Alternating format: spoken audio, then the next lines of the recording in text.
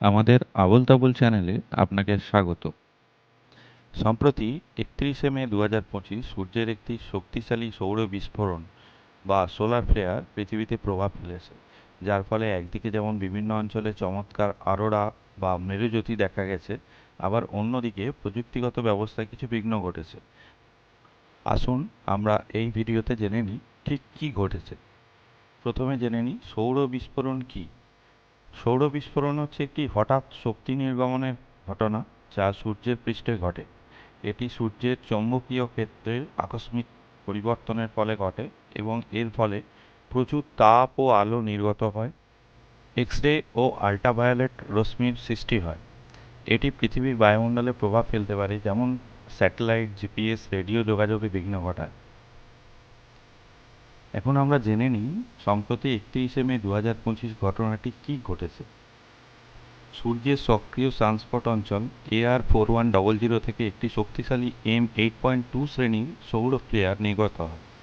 এই ফ্লেয়ারের ফলে একটি করোনাল মাস ইনজেকশন সৃষ্টি হয়, যা 1 জুন পৃথিবীতে পৌঁছে একটি G4 শ্রেণীর ভূচৌম্বকীয় ঝড়ের কারণ হয়। এখন আপনাদের মনে প্রশ্ন জাগতেই পারে, করোনাল মাস ইনজেকশন কী? করোনাল মাস ইনজেকশন হলো সূর্যের উপরিভাগ থেকে বিশাল পরিমাণ গরম গ্যাস, যাকে আমরা প্লাজমা বলি, এবং চৌম্বকীয় শক্তি মহাশূন্যে ছুঁড়ে দেওয়ার একটি প্রাকৃতিক ঘটনা। এর ফলে কী প্রভাব পড়েছে? এই সৌরঝড়ের ফলে অরোরা দেখা গেছে অস্ট্রেলিয়ার বিভিন্ন অঞ্চলে, যেমন টাসমানিয়া, ভিক্টোরিয়া, নিউ সাউথ ওয়েলস, দক্ষিণ অস্ট্রেলিয়া, পশ্চিম অস্ট্রেলিয়া এবং কুইন্সল্যান্ডের কিছু অংশে অরোরা দেখা গেছে। এই ঝড়ের ফলে বিজ্ঞানীরা আশঙ্কা করছেন স্যাটেলাইট অপারেশন, যোগাযোগ ব্যবস্থা এবং পাওয়ার গ্রিডে বিঘ্ন ঘটতে পারে। বিশেষ করে স্পেসএক্সের স্টারলিংক স্যাটেলাইটগুলো এই ধরনের সৌরঝড়ের কারণে পৃথিবীতে বায়ুমণ্ডলে দ্রুত প্রবেশ করে, যা তাদের কার্যক্ষমতা হ্রাস করে। এই সৌরঝড়টি সূর্যের 11 বছর চক্রের সর্বোচ্চ পর্যায়ে ঘটেছে, যা 2024 সালের অক্টোবর থেকে শুরু হয়েছে। এই চক্রের কারণে ভবিষ্যতে আরও সৌর ফ্লেয়ার এবং ভূচৌম্বকীয় ঝড়ের সম্ভাবনা রয়েছে।